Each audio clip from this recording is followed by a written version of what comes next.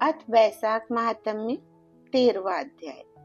वैशाख मास स्कंद पुराण में सबसे उत्तम महीनों में से एक माना गया है, जिसमें सूर्योदय से पहले स्नान करने पर और व्रत रखने से व्यक्ति को दरिद्रता से मुक्ति मिलती है और भगवान की कृपा प्राप्त होती है।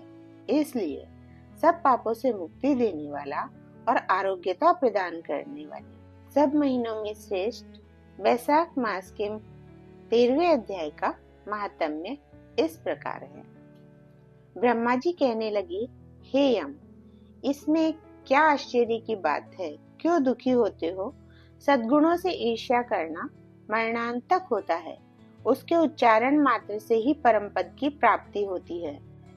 फिर राजा के शासन से विष्णु लोक को क्यों न जाए, जिनकी जिह्वा पर हरि ये दो अक्षर विराजमान है और जो विष्णु भगवान को प्रणाम करते हैं, स्मरण करते हैं और उनके गुणानुवाद गान करते हैं, उनको अश्वमेध यज्ञों के समान फल मिलता है। संपूर्ण पाप दूर हो जाते हैं। भगवान प्रसन्न होने से विष्णु लोक प्राप्त कर सायुज्यता प्राप्त करते हैं। यज्ञ करने वाले कुरुक्षेत्र या सरस्वती में स्नान करने वालों को तो फिर से जन्म लेना पड़ता है, परंतु वैशाख मास में जो माधव भगवान के धर्मों का पालन करता है, उन पर विष्णु भगवान प्रसन्न होकर सदा उसकी सहायता करते हैं। हे सौरे, उस राजा का प्रभाव मेरे वश में नहीं है, क्योंकि वासुदेव भगवान के भक्तों का अशुभ कहीं नहीं होता। उसको जन्म, मृत्यु, जरा, व्याधि आदि भय नहीं व्यापते। स्वामी के नियुक्त कार्य करने पर देहधारियों को कुछ अपराध नहीं होता। हे यम, जब तू इस कार्य के करने में असमर्थ है तो तेरा क्या दोष? तू शोक मत कर। ब्रह्मा जी के ऐसे कहने पर यम बहुत दुखी हो दीन वाणी से कहने लगा, हे तात, अब मुझे अपने काम पर जाने की इच्छा नहीं है। इस महावीर्यवान राजा को जब मैं अपने धर्म से चलायमान कर दूंगा, तब कृत्य होगा। हे कृपालु, आप मेरे इस कार्य को सिद्ध करा दीजिए, तब मैं फिर शासन करूंगा। यह बात सुन ब्रह्मा जी यम से कहने लगे कि इस विष्णु धर्म परायण राजा का निग्रह तू नहीं कर सकता। फिर ब्रह्मा जी यम को साथ ले क्षीर सागर में विष्णु भगवान के पास गए और सांख्य योग्य द्वारा स्तुति करने लगे। तब विष्णु भगवान प्रकट हुए तो यम और ब्रह्मा ने प्रणाम किया। तत्पश्चात विष्णु भगवान ने आने का कारण पूछा। ब्रह्मा जी बोले, हे श्रेष्ठ, आपके दास राजा के शासन में सब मनुष्य वैशाख धर्मों को करके विष्णु पद को प्राप्त करते चले जा रहे हैं। इस कारण यमपुरी शून्य हो गई है। इससे अत्यंत दुखी होकर यह यम राजा से युद्ध करने गया और उसको मारने का दंड उठाया।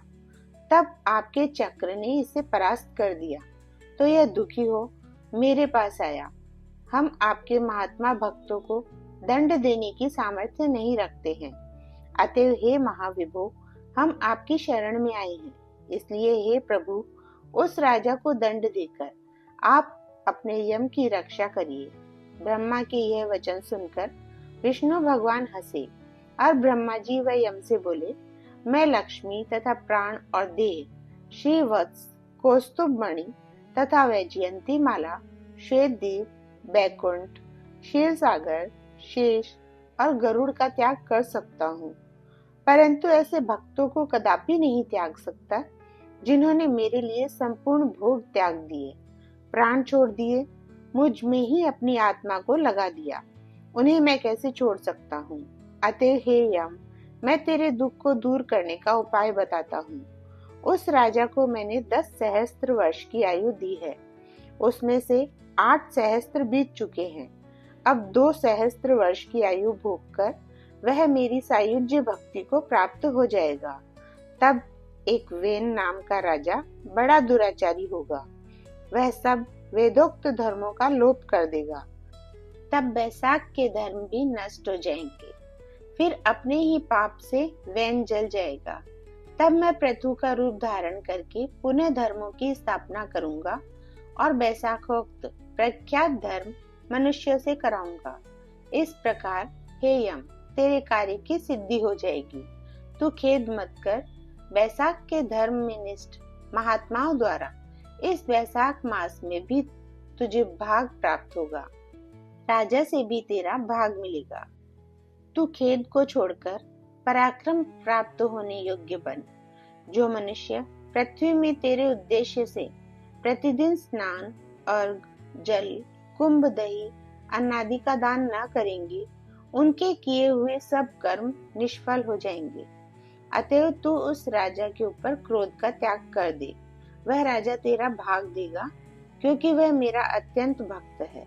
और जो कोई प्राणी तेरा भाग देकर बैसाख धर्मों में प्रवृत्त हो, उनके धर्म में तू विघ्न मत करना। जो धर्म के पालन करता तुम्हें छोड़ केवल मेरा ही भजन करे, उनको तुम मेरी आज्ञा से अवश्य दंड देना। उस राजा से तुम्हें भाग दिलाने के लिए मैं अभी सुनंद को भेजता हूँ। वह वहां जाकर तुम्हें भाग दिलवाएगा। तब भगवान ने यम के सामने ही राजा को समझाने के लिए सुनंद को भेज दिया, जो राजा को समझाकर पुनः भगवान के पास आ गया। ऐसा यम को आश्वासन देकर विष्णु भगवान वहीं अंतर्ध्यान हो गए और ब्रह्मा भी यम को समझाकर आज्ञा दे चले गए। यम भी कुछ प्रसन्न हो अपनी पुरी को चला गया।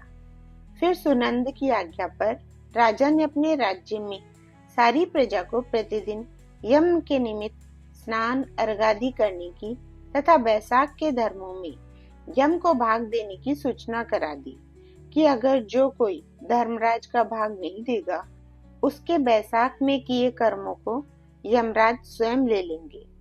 बैसाख की पूर्णमासी के दिन पहले धर्मराज के लिए जल का घड़ा, दही तथा अन्नदान करना चाहिए। फिर पितृश्वरों के निमित्त, फिर गुरु के निमित्त, पीछे जनार्दन मधुसूदन भगवान के निमित्त उनकी प्रतिमा बनवाकर धर्म के चलाने वाले गरीब ब्राह्मण को शीतल जल, दही, अन्न, तांबुल, दक्षिणा और फल कांसे के पात्र में रख अर्पण करने चाहिए। और राजा स्वयं भी ऐसा ही करने लगा।